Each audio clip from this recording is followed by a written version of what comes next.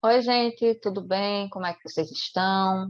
Eu sou a professora Jéssica Ribeiro, estou aqui com vocês novamente para mais uma aula de língua portuguesa, junto com o nosso querido intérprete Darley. Então, vamos lá para a nossa videoaula de hoje, tá bom? Vamos ver o que é que a gente vai aprender. Na aula de hoje, nós iremos tratar sobre um assunto chamado sujeito determinado. Vamos lá. Antes da gente falar sobre o que é o sujeito determinado, é importante que a gente relembre uma coisa. Que dentro das estruturas das orações, que é aquele enunciado que possui pelo menos um verbo, há elementos naquela estrutura que eu chamo de sujeito e há elementos que eu chamo de predicado. Então, tanto um quanto o outro, eles são termos essenciais dentro das orações. Enquanto o sujeito é aquele ou aquilo de quem se fala, o predicado é a informação dada sobre o sujeito. Então, por exemplo, se eu digo assim, Gustavo caiu. De quem que eu estou falando? Ah, professora, está falando de Gustavo. Ah, eu estou falando dele, então ele é o sujeito. O sujeito é de quem eu estou falando. O que foi que eu falei do sujeito? Ah, professora, falou que ele caiu. A informação que eu falo sobre o sujeito, eu chamo de predicado. Tá certo? Então, dentro da estrutura da oração, um termo é considerado o sujeito, que é de quem eu estou falando. Outro termo é considerado o predicado, que é o que foi que eu falei do sujeito. E aí a gente vai seguir agora para os tipos de sujeito, quando a gente fala que o sujeito é determinado. Então, o sujeito, ele pode ser chamado de sujeito determinado, que é o assunto da nossa aula de hoje. Quando? Quando é que eu chamo de sujeito determinado? Quando é possível ser identificado. No exemplo que eu mostrei para vocês, só é possível identificar o sujeito? Foi, professora, era Gustavo o sujeito. Então, quando eu consigo identificar o sujeito dentro da estrutura, eu vou dizer que esse sujeito ele é determinado, eu consigo determinar quem é. Seja de uma forma explícita, como foi o caso aqui, estava explicitamente escrito lá o nome Gustavo, então estava mostrando para a gente no próprio texto. Ou de uma forma implícita, às vezes o sujeito está lá, mas não aparece o nome escrito.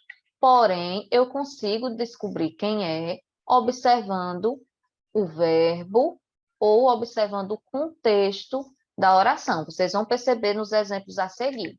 Então, há casos dentro da estrutura que eu consigo determinar quem é o sujeito daquela ação. Ou porque aparece escrito, ou porque eu consigo recuperar pelo contexto e pelo verbo. Quando isso acontece, eu chamo de sujeito determinado. Eu determino quem é, eu consigo determinar quem é. Esse sujeito, ele se divide em sujeito simples, sujeito composto, ou sujeito que, dependendo do livro, vai aparecer o nome elíptico, oculto ou desinencial. Três nomes diferentes para o mesmo tipo de sujeito, que é aquele que eu sei que está lá, mas não aparece o nome dele escrito. Vocês vão ver um exemplo mais para frente, tá bom?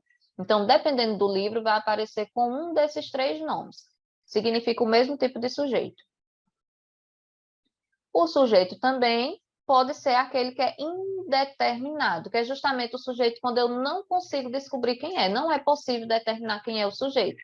Existe a ação verbal, tá ali, mas descobrir quem é o sujeito não é possível, não é determinado. Então, às vezes acontece. Hoje a gente vai estudar esse caso aqui, aqueles em que eu consigo sim determinar quem é o sujeito. Então, vamos lá para os tipos do sujeito determinado.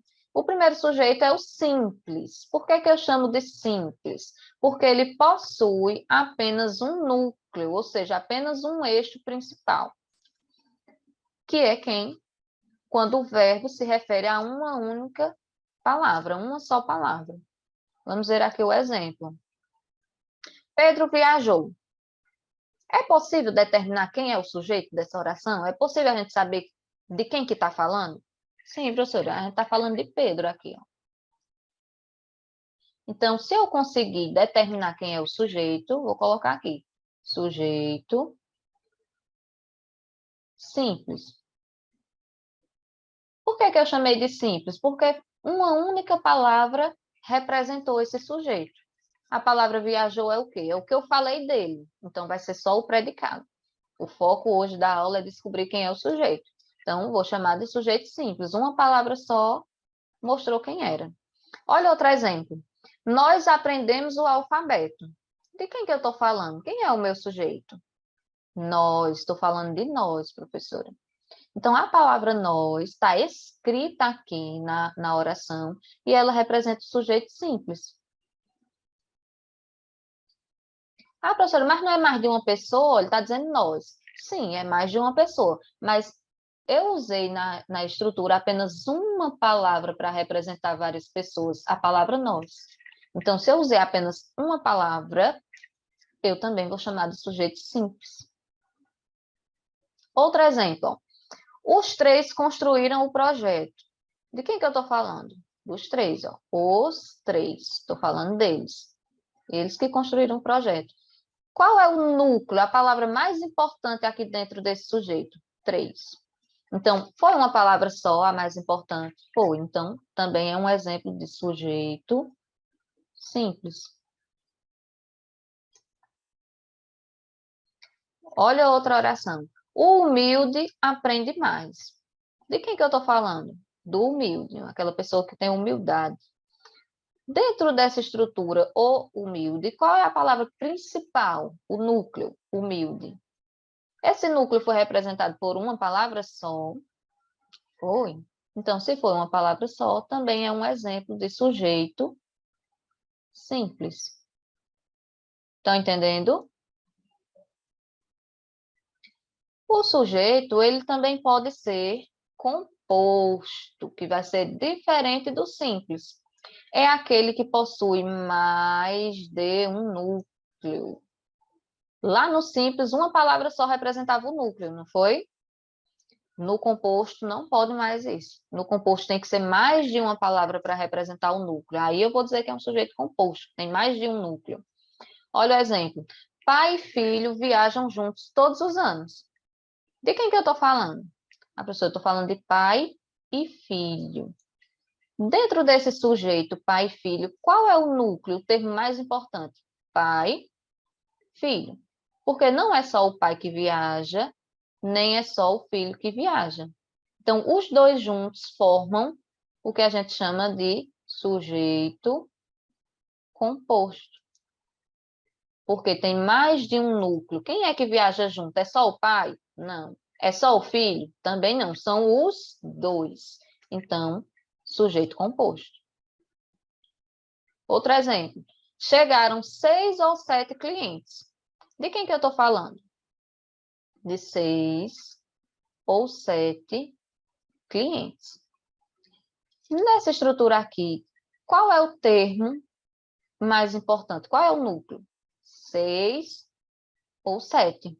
Porque não está dizendo o número exato de clientes. Então, 6 ou 7. Eu tenho aqui, novamente, um exemplo de sujeito composto. Porque está escrito aqui na oração 6 ou 7. Ele não definiu. Foram 6, foram 7. Ele deu as duas possibilidades. Então, tenho dois núcleos aqui. Pode ter sido 6 ou podem ter sido 7. É um exemplo de sujeito composto também. Veja que, em todos esses exemplos, tanto lá no simples, quanto agora no composto, eu estou conseguindo determinar o sujeito. Eu estou conseguindo dizer quem é. Outro exemplo. As flores do campo e as árvores da floresta devem ser protegidas. De quem que eu estou falando? Quem é o sujeito? As flores do campo e as árvores da floresta. Eu estou falando de tudo isso aqui. Dentro desse sujeito todinho, qual é o termo mais importante? Flores e árvores. Então, esses dois termos é o que a gente chama de núcleo. Se eu tenho dentro do sujeito dois núcleos, quer dizer que o meu sujeito é um sujeito composto. Tá certo? Terceiro e último exemplo agora, que é o sujeito que pode ser chamado de oculto, pode ser chamado de desinencial ou pode ser chamado de elíptico. Quer dizer a mesma coisa. Depende do livro. Às vezes a gente está lendo um livro que usa uma palavra, o outro usa o outro nome, mas esses três nomes, oculto, desinencial e elíptico, se referem ao mesmo tipo de sujeito, que é qual, professora? É aquele que não está explícito. Nós vimos o sujeito simples e o sujeito composto. Os dois estavam explícitos na oração, a gente conseguia marcar lá o nome. Quando era simples, a gente achava lá um nome. Quando era composto, a gente achava os 2, ou 3, ou 4. Quantos núcleos tivessem, a gente conseguia marcar lá. O oculto, não. Ele não aparece explícito dentro da oração, mas, embora ele não apareça, ele pode ser determinado pela flexão número pessoal do verbo. Então, ele não aparece, mas o verbo vai ajudar com que eu descubra qual é esse sujeito. Ou pela presença em alguma oração antecedente, que vai ser o contexto. Pelo contexto da situação, eu vou conseguir descobrir quem é. Vamos ver aqui o exemplo, que vocês vão entender. Veja aqui. Gosto de viajar todos os anos. De quem que eu estou falando? Quem é que gosta de viajar todos os anos? Aparece escrito aqui quem é que gosta de viajar? Lá no outro exemplo do sujeito composto aparecia: pai e filho viajam todos os anos. No simples, Pedro viajou. Mas e nesse? Aparece? Não, professora, não está aparecendo, não. E agora, como é que eu vou descobrir quem é? Eu vou olhar o verbo principal. Eu gosto de viajar. Quem é que gosta de viajar? Qual o pronome pessoal vai conjugar aqui com o verbo gosto? Ah, professora, o pronome eu. É como se tivesse escondidinho aqui a palavra eu. Eu gosto. Veja que se eu colocasse aqui tu gosto de viajar, daria certo? Ele gosto de viajar. Nós gosto de viajar. Não dá certo. O único que dá certo é o pronome eu. Eu gosto de viajar. Então, o eu, ele não apareceu escrito, professora, não apareceu, não. Ele apareceu como? Ele apareceu oculto, que é uma coisa oculta, que está escondida, que eu posso chamar de desinencial, porque foi essa desinênciazinha aqui do final do verbo que ajudou a descobrir. Ou eu posso chamar também de elíptico. O elíptico é uma coisa que não aparece escrita, mas está lá. O eu não apareceu escrito, mas ele está aqui, eu descubro através dessa desinência aqui, ó. Eu gosto. Então, aqui eu tenho um exemplo de sujeito oculto. Posso chamar de desinencial? Pode. Posso chamar de elíptico? Pode também. Se trata do mesmo tipo de sujeito. Olha outro exemplo. Chamava-se Maria, tinha 16 anos e trabalha no hospital municipal. Aí eu tenho aqui, ó, chamava-se é um verbo, representa uma oração. Chamava-se Maria, terminou a primeira oração.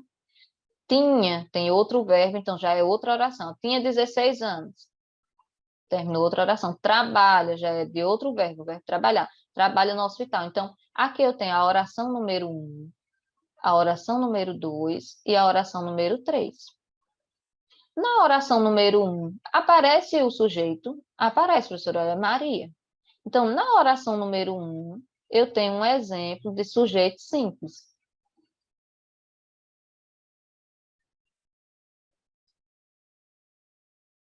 Porque apareceu escrito aqui, ó, Maria. Maria é que chamava-se Maria. Quem se chamava Maria? Né? A própria. Então, eu tenho aqui o sujeito simples. Na oração número 2, diz o seguinte: tinha 16 anos. Aparece escrito aqui dentro da oração número 2, quem é que tinha 16 anos? Não aparece escrito. E agora, como é que eu vou descobrir? Ah, na oração anterior, falava de Maria. Se eu estou dentro da mesma estrutura, eu consigo deduzir, perceber que na oração número 2 ainda está falando de Maria, mesmo que o nome de Maria não apareça escrito aqui dentro dessa oração. Então, se dentro dessa oração o nome de Maria não aparecer escrito, quer dizer que na oração número 2 o sujeito está oculto. E como é que eu sei que é Maria?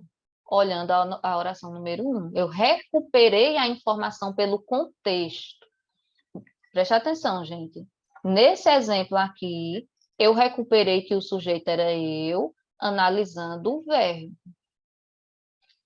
Nesse segundo exemplo aqui, o número 2, eu estou recuperando quem é o sujeito, analisando o contexto, analisando a situação. Vamos para a terceira oração, que diz assim, ó, trabalha no hospital municipal. Quem é que trabalha no hospital municipal? Está escrito aqui dentro, olha, dessa parte até essa, está escrito quem é que trabalha? Não.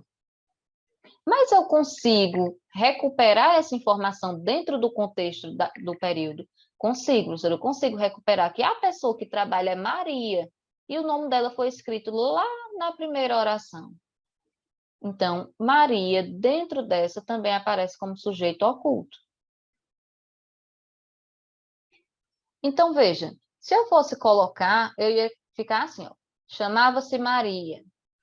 Maria tinha 16 anos. E Maria trabalha no hospital municipal. Veja que ia repetir demais o nome Maria. E não tem necessidade dessa repetição exagerada.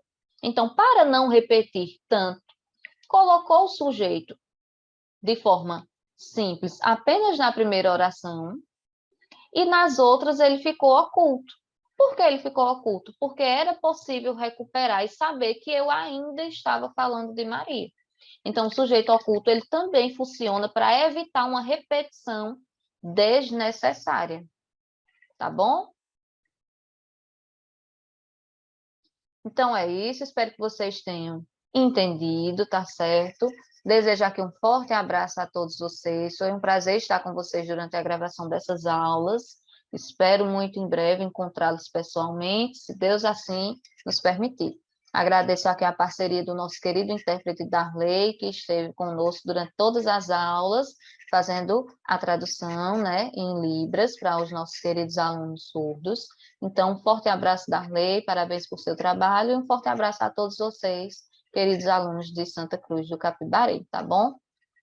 Um beijo a todos.